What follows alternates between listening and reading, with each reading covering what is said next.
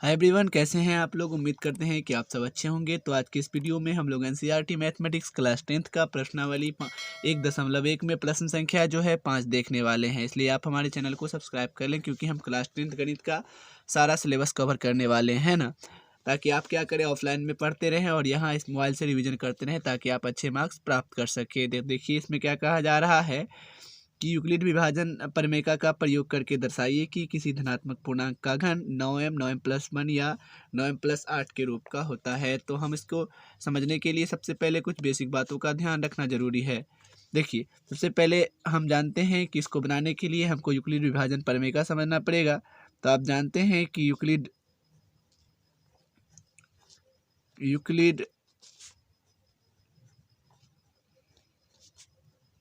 विभाजन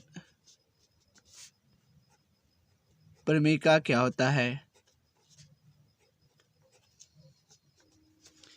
इसको सबसे पहले अपन समझ लेते हैं। तो इसमें क्या होता है कि ये होता है ए और ये होता है बी और यहाँ कुछ आता है क्यू और यहाँ आता है आपका आर।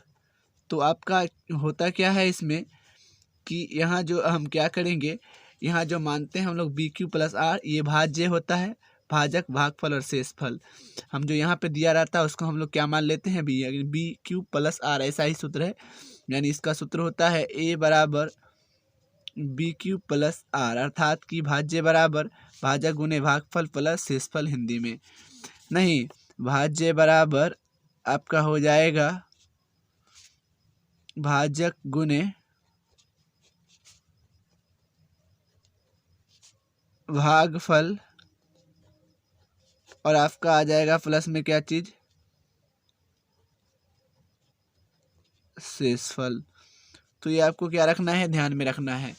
हाँ जी, तो यहाँ से हम जब सॉल्व करेंगे इसको तो क्या हो जाएगा आपका कि b जो है, b के स्थान पे 9 है, तो हम क्या मान लेंगे, b को 9, क्योंकि ये 3 का स्क्वायर है तो हम 3 मान के चलेंगे। तो प्रश्न जो है आसानी से और जल्दी सॉल्व हो जाएगा। अगर 3 मानते हैं, अगर यहाँ पे कोई संख्या 3 है तो r का अधिकतम मान क्या आ सकता है, या तो 0 या तो 1 या तो 2 आ सकता है। इसके अलावा इसके बराबर है ना, क्योंकि r का मान आप जानते हैं ऑब्जेक्टिव में रहता है, ये b से क्या हो सकता है, हमेशा जो होगा वो b से वो छोटा ही होगा, लेकिन 0 से हमेशा बड़ा है, 0 के बराबर हो, ये ऑब्जेक्टिव में आता है। तो ये आपको ध्यान में रखना है। और जो भी प्रश्न आपका जो है परीक्षा की दृष्टि से इंपॉर्टेंट रहेगा, मैं सारा कुछ बताता रहूँगा।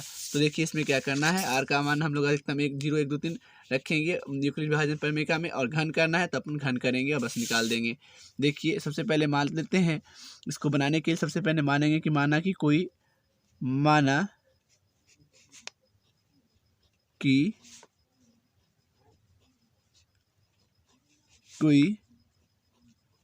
धनात्मक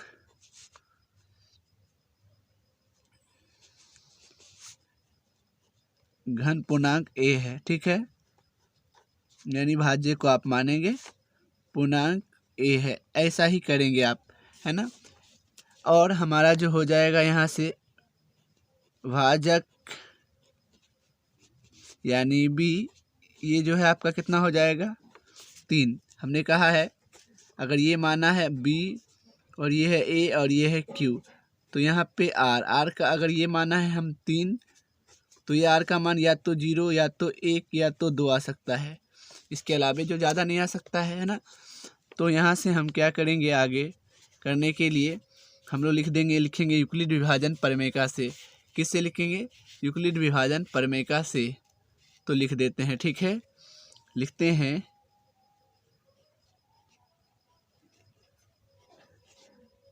यूक्लिड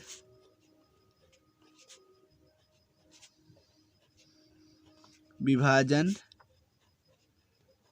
बहुत आसान है। नहीं, आप क्या कर देंगे, आर का मान रख देंगे 0 1 2 3 प्रमेय से। स्थिति 1, स्थिति 1, यूक्लिड विभाजन प्रमेय का क्या होता है, a बराबर बी क्यू प्लस आर, ये होता है। स्थिति 1, जब r बराबर 0 हो, तो हम लोग a बराबर क्या लिख देंगे, बी क्यू प्लस आर, यानी a होगी। अभी हम समझाने के लिए लिखे, b के स्थान पे हमने क्या माना है 3, और क्यू प्लस आर के स्थान पर हमने क्या माना है 0। अब दोनों ओर घन करेंगे क्योंकि क्वेश्चन ही कह रहा है, क्वेश्चन में कह रहा है घन करने के लिए, इसलिए कर रहे हैं दोनों तरफ घन करने पर, घन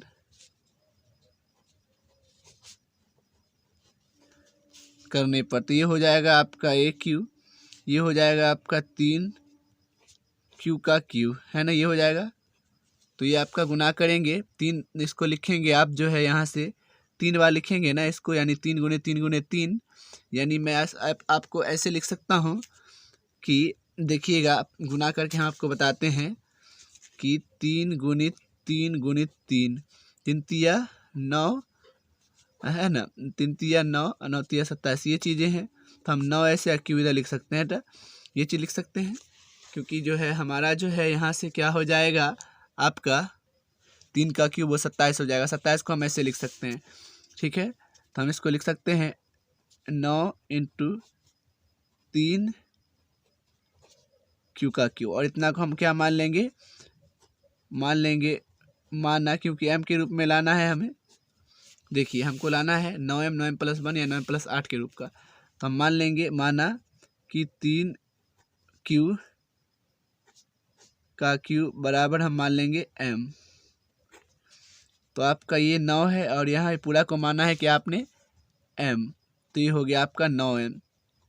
समीकरण आपका क्या हो गया 1। कोई दिक्कत जी नहीं, आसान है ना। चलिए अब हम लोग क्या कर लेते हैं, लिखते हैं जब r बराबर 1 हो, यानी स्थिति 2 ना, स्थिति 2 में चलते हैं। जब r बराबर आप क्या रखेंगे 1 रखेंगे ना, ये 1 हो, क्योंकि हमने रख लिया है 0, अब 1 रखेंगे। तो हम क्या करते हैं, रखते हैं a बराबर हम जानते हैं, लिखेंगे अभी डायरेक्ट लिख दें बी क्यू यानी 3, है ना, क्यू अब प्लस 1, दोनों तरफ वर्क करेंगे तो लिखते हैं दोनों तरफ वर्ग करने पर, क्या करने पर, तो वर्ग करने पर अपन दोनों ओर वर्ग करेंगे। तो हम ये हो जाएगा आपका ए क्यू और ये हो जाएगा 3 क्यू प्लस 1 का क्यू, और हम सूत्र जानते हैं चूँकि ए प्लस वी का होल क्यू बराबर होता है आपका A cube plus B cube plus 3ab into A plus B, ये आता है आपका सूत्र। इसी पे हम लोग क्या कर देंगे, अभी आगे रखेंगे, अर्थात ये तो हम ए क्यू लिख सकते हैं इसको। तो ये हो जाएगा आपका ए क्यू यानी 3 क्यू का क्यू प्लस बी क्यू यानी 1 का क्यू प्लस 3 ए का मान 3 क्यू, ए बी का मान 1, 3ab into A plus B यानी 3 क्यू प्लस 1, सूत्र पे रख दिया। यहाँ हो गया आपका 9 तिया 27, नहीं 3 तिया 9 तिया 27 हो गया, यहाँ क्यू है तो ये हो गया 27 क्यू का क्यू प्लस 1 का क्यू, एक ही होना है, और 3 तिया 9 क्यू, 1 का तो क्या मतलब है नहीं, 3 क्यू प्लस 1। अगला स्टेप में क्या हो जाता है आपका 27 क्यू का क्यू हो गया, यहाँ हो गया आपका, इधर ले आते हैं इस वाले को, 9 तिया हो जाएगा 27 क्यू स्क्वायर, गुना कर दिया और इसको इससे फिर गुना किया 9 को 1 से, तो हो गया क्या आपका 9 की, और 1 को क्या कर दिया बाहर कर दिया, इस वाले 1 को, है ना, इस वाले 1 को यहाँ कर दिया। तो यहाँ से कुछ कॉमन है सब में, हाँ 9 कॉमन है तो 9 निकाल लेते हैं। तो 9 तिया 27 क्यू का क्यू बचा और 9 तिया 27 क्यू स्क्वायर बचा और 9 एकम 9, तो यहाँ क्या बचा क्यू बचा, और प्लस यहाँ क्या बच गया 1। ब्रैकेट के अंदर जो भी चीज़ें हैं उसको आप क्या मान लेंगे, आपको मान लेना है क्या चीज़, वो मान लेना है m। क्या मान लेना है, माना फिर से कि 3 क्यू का Q plus 3 Q square plus Q बराबर आपको क्या मानना है m मानना है, तभी तो m के रूप में आएगा। ये हो गया m प्लस 1। दूसरा वाला भी आपका आ गया कि ए क्यू, दूसरा का कोई धनात्मक पूर्णांक का घन जो है वो किसके रूप का आ गया, 9m प्लस 1 के रूप का। ये हो गया आपका समीकरण 2। अब एक और बचा हुआ है हमारा, यानी कि अब फिर से हम करते हैं स्थिति जो है वो थर्ड है ना, स्थिति तीसरा। इसमें क्या कहना है कि जब r का मान कितना हो, 2 हो। स्थिति सेकेंड में, थर्ड में जब r मान क्या हो, 2 हो, तो r का मान के स्थान पे आप 2 रखेंगे। हम जानते हैं कि a बराबर होता है 3q प्लस यहाँ 2, दोनों तरफ वर्ग करेंगे। सेम चीज दोनों तरफ जो पहले से करते आ रहे हैं, वर्ग करने पर कोई दिक्कत जी नहीं। तो हम लोग यहाँ से कर देंगे ए क्यू, और फिर से हम सूत्र जानते हैं, ये हो जाएगा 3q प्लस 2 का होल क्यू। हम फिर से सूत्र लिख देते हैं, क्योंकि हम जानते हैं कि a प्लस बी का होल क्यू क्या होता है, वो होता है ए क्यू, ताकि आपको याद भी हो जाए, plus B cube plus 3a B into A plus B. इसी पे सारा मुद्दा है। तो यहाँ से ए क्यू, ये हो गया ए क्यू यानी 3q का क्यू प्लस बी क्यू यानी 2 का क्यू है ना, प्लस 3ab है ना, 3 सूत्र में है, a का मान है 3q और गुने b का मान कितना है, 2 है अभी, इंटू a प्लस बी यानी 3q प्लस 2। ये हो गया आपका है ना। तो यहाँ से आपका हो गया 3 9 27 q का क्यूब प्लस 2 दूना 4 4 दूना 8 ना, 3 को जो 2 को 3 बार गुना करोगे तो 8 आएगा, 2 का क्यूब, 3 3 9 9 27 हो गया आपका, और 27 क्यू, और अंदर में क्या है 3q प्लस 2। अभी 8 को बाहर कर देते हैं, सेम चीज़ लिख देंगे, क्या चीज़, 27q का क्यू प्लस है ना, यहाँ से आपका जो है अंदर गुना कर देंगे, 3 9 दूना 18 नहीं, यहाँ देखिए, सॉरी, यहाँ 3 3 9 9 दूना 18, तो हो गया, यहाँ से आपका हो गया 18 3 50 4 54 क्यू स्क्वायर, और प्लस यहाँ से हो गया आपका 18 दूना 36 क्यू। ठीक है, कोई दिक्कत नहीं है, 18 हो गया ये। और यहाँ जब देखते हैं प्लस में क्या आ जाता है, इधर 8 आ जाता है। तो आपका कॉमन क्या है, सब में 9 कॉमन है, तो आप 9 कॉमन निकाल दोगे। 9 3 27 क्यू का क्यू, 9 6 54 क्यू स्क्वायर प्लस 9 चौक 36, ये हो गया क्यू। और प्लस इधर क्या आ गया, ये 8 जो लाना था, और पूरे ब्रैकेट के अंदर जो है सबको मान लेंगे क्या, चूँकि माना क्या मान लेंगे कि 3q का Q plus 6q square plus 4q बराबर हम क्या मानेंगे, m, इन सबको मान लेना है। तो हम जानते हैं कि ये हो गया, ये पूरा को हमने क्या माना है m, और इधर क्या बचा, उधर वाला 8। तो स्थिति ये क्या हो गई, थर्ड समीकरण 3।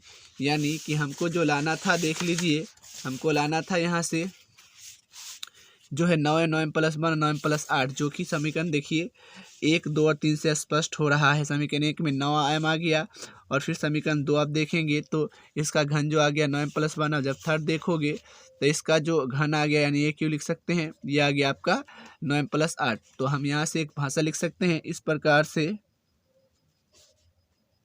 इस प्रकार से प्राप्त घन पूर्णांक 9m, 9m plus 1, 9m plus 8 के रूप का होगा, के रूप का होगा। तो इस तरह से चीज़ों को आप देख सकते हैं, कोई दिक्कत है नहीं। और मैंने क्या करा है, स्क्रीन पे आपको दे दिया है, आप आराम से उतार लें, है ना। और अगर अच्छा लगा है कि समझ में आया है, तो प्लीज़ आप हमारे चैनल को सब्सक्राइब कर लें, क्योंकि इसी तरह का कंटेंट जो है हम हमेशा डालते रहेंगे, और पूरा गणित आपका ख़त्म करने वाले हैं। अगर नहीं समझ में आया है, उसके लिए भी आप कमेंट करें। Thank you so much.